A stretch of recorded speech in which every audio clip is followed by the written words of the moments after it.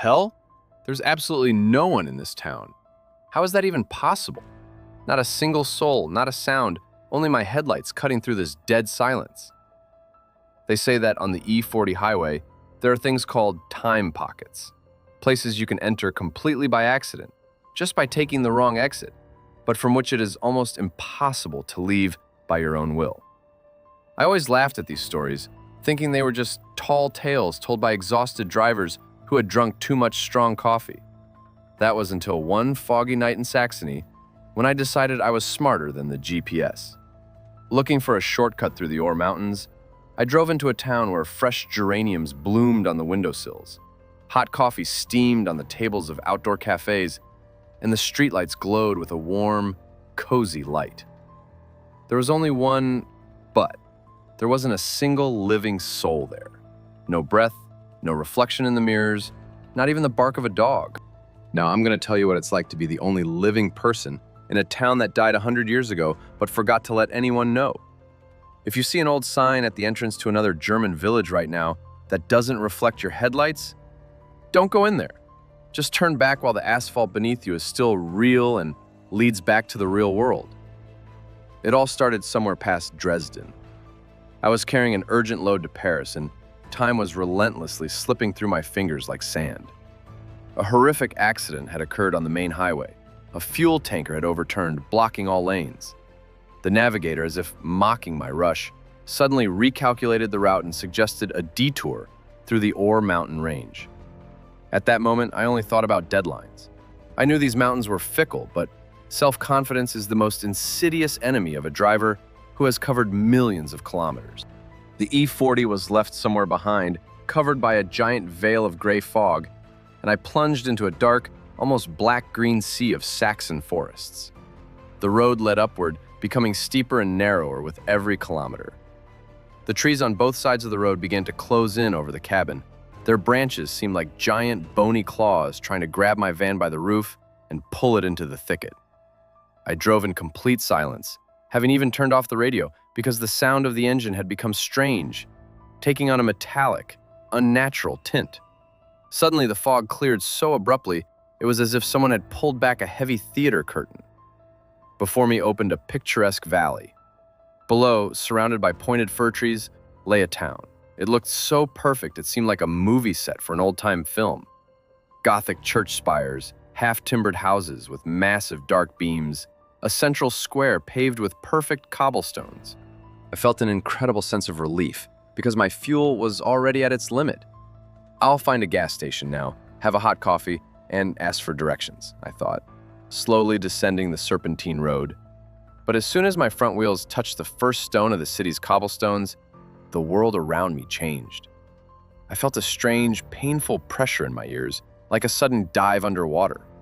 All around reigned a silence that is impossible to describe in words. It wasn't just an absence of noise, it was the silence of a vacuum, where sound has no right to exist. My diesel engine continued to run, but I could barely hear it. The vibration was felt on the steering wheel, but the sound was muffled as if I were driving inside a giant glass dome. I slowly drove past the houses. Every detail was perfect. On the windowsills stood pots of bright red geraniums that looked as if they had just been watered. Water droplets still glistened on the leaves under the streetlights. I stopped in the central square, right by the old town hall. All the streetlights glowed with a steady, golden light, not flickering or buzzing. The shop windows were filled with goods you don't usually see in modern Germany. Fresh baked bread in the bakery without any packaging, massive gold watches in the jewelry shop, flowers in vases that smelled so strong the scent broke even through the closed windows of the cabin. On the outdoor terrace of a cafe stood porcelain cups from which a thin plume of steam rose. But the chairs were empty. On the sidewalks, on the balconies, and the windows, there wasn't a single person. I didn't see a single cat, didn't hear a single bird. Not even the wind moved the leaves of the trees. I got out of the car, and the sound of the closing door rang out like a cannon shot in an empty cathedral. There was no echo. The sound simply vanished into the stones. "Hey, is anyone alive?" I shouted, trying to overcome the panic that began to rise like cold slime from my stomach to my throat. My voice sounded hollow. I walked up to the window of one of the houses, trying to spot the residents inside. On a table in the room lay an open newspaper.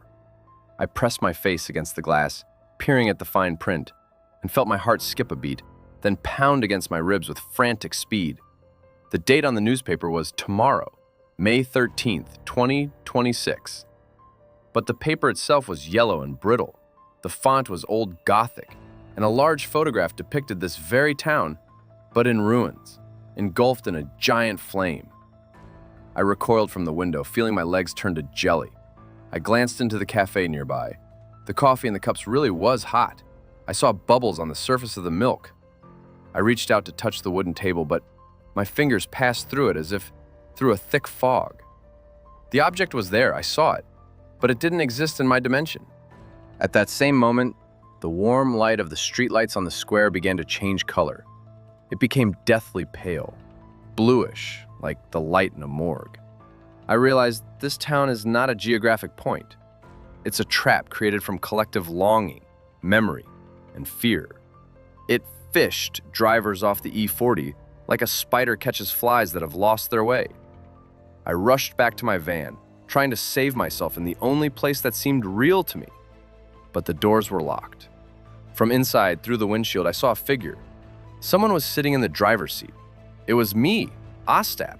But that me was different. I was wearing an old German uniform from the last century. My face was gray, and my eyes were absolutely empty, like glass marbles. That double slowly turned his head toward me and smiled, bearing a row of sharp teeth. "That's not me, that's not my life," pulsed in my head. Then I heard a sound that made my hair stand on end. It was a quiet, rhythmic scraping on the cobblestones. From all the dark alleys, from around the corners of the half-timbered houses, shadows began to emerge. They didn't look like people in the usual sense. They were clusters of darkness that had only the outlines of former residents. They moved slowly but surely, and with every step they took, the space around the square began to physically shrink, bringing the houses closer to me. They had no faces, but I heard their voices. They didn't speak. They whispered my name directly in my brain. "Stay with us, Ostap. Here the road never ends. There are no delays, no fines, no exhausting queues. Only eternal peace under the golden lights." I realized that my vehicle was my last anchor. I grabbed a heavy stone from the pavement, which surprisingly felt solid in my hand, and with all my might, I struck the side window of the cabin. The glass didn't shatter into thousands of fragments as usual. It crumbled into fine gray ash, which was immediately caught by an invisible wind. I tumbled into the cabin, feeling the icy breath of my double, who simply dissolved into the air, leaving behind the smell of ozone and old dry paper. I gripped the wheel so hard my knuckles turned white and pressed the start button. The engine roared, but the sound was like it was screaming in pain. Instead of exhaust gases, dry geranium petals flew from the pipe, filling the square with a sweet, sickly smell of death. I pressed the gas to the floor, not looking in the mirrors. I knew, if I looked back and saw that the town was already gone and only black emptiness was chasing me, my heart would simply stop. I flew over the cobblestones, which, right under my wheels, turned into ordinary forest soil with roots. Tree branches struck the windshield, leaving thick red marks on it, though it was only the sap of crushed wood. I broke out onto the asphalt, but I still heard that same whisper behind me. Only when I saw the real bright neon lights of a Shell gas station in the distance was I able to hit the brakes. I just fell chest first onto the wheel and sobbed, unable to stop the shaking in my whole body. I got out of the car at the lit gas station to check for damage. The glass was absolutely intact. No cracks, no ash. There wasn't a single scratch from branches on the hood. But when I returned to the cabin, I saw the same newspaper with tomorrow's date on the passenger seat. It was incredibly heavy. I touched it with my fingertips, and it instantly turned into fine dust, leaving only a cold sensation on my skin. I reached Paris in a state of complete emotional coma. When I was unloading the parcels at a Parisian warehouse, an old French warehouseman asked me, "Listen, kid, where have you been? Your van smells like you were carrying coffins in a church, of incense and something very old." I didn't answer anything. I just silently closed the doors of my van and promised myself never again, under any circumstances, to look for shortcuts, even if the delay cost me my career. The E40 highway is your safe harbor, as long as you stick to its white lines and the rules of the real world.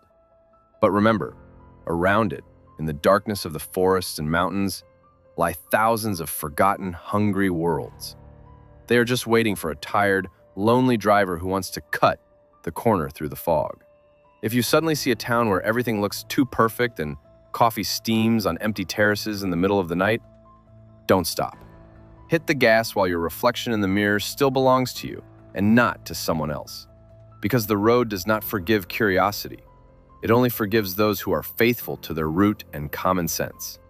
Now, every night as I drive through Saxony, I hear a quiet, barely noticeable whisper in an old dialect over the radio.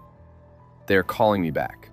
They say my table in the cafe is still set and the coffee hasn't gone cold. But I look only forward, my eyes fixed on the road.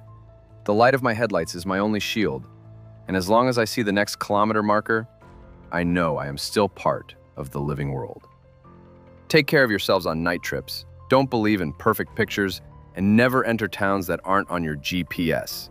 Because sometimes, what we consider a shortcut turns out to be an endless road to nowhere, from which there is no return home. I am Ostap, and I am still driving on the E40 because stopping for me now means eternity in the shadow of the Ore Mountains. The world is full of borders, but the scariest ones are those that appear in our heads during a long night drive. Be careful, because the road sees you even when you don't see it.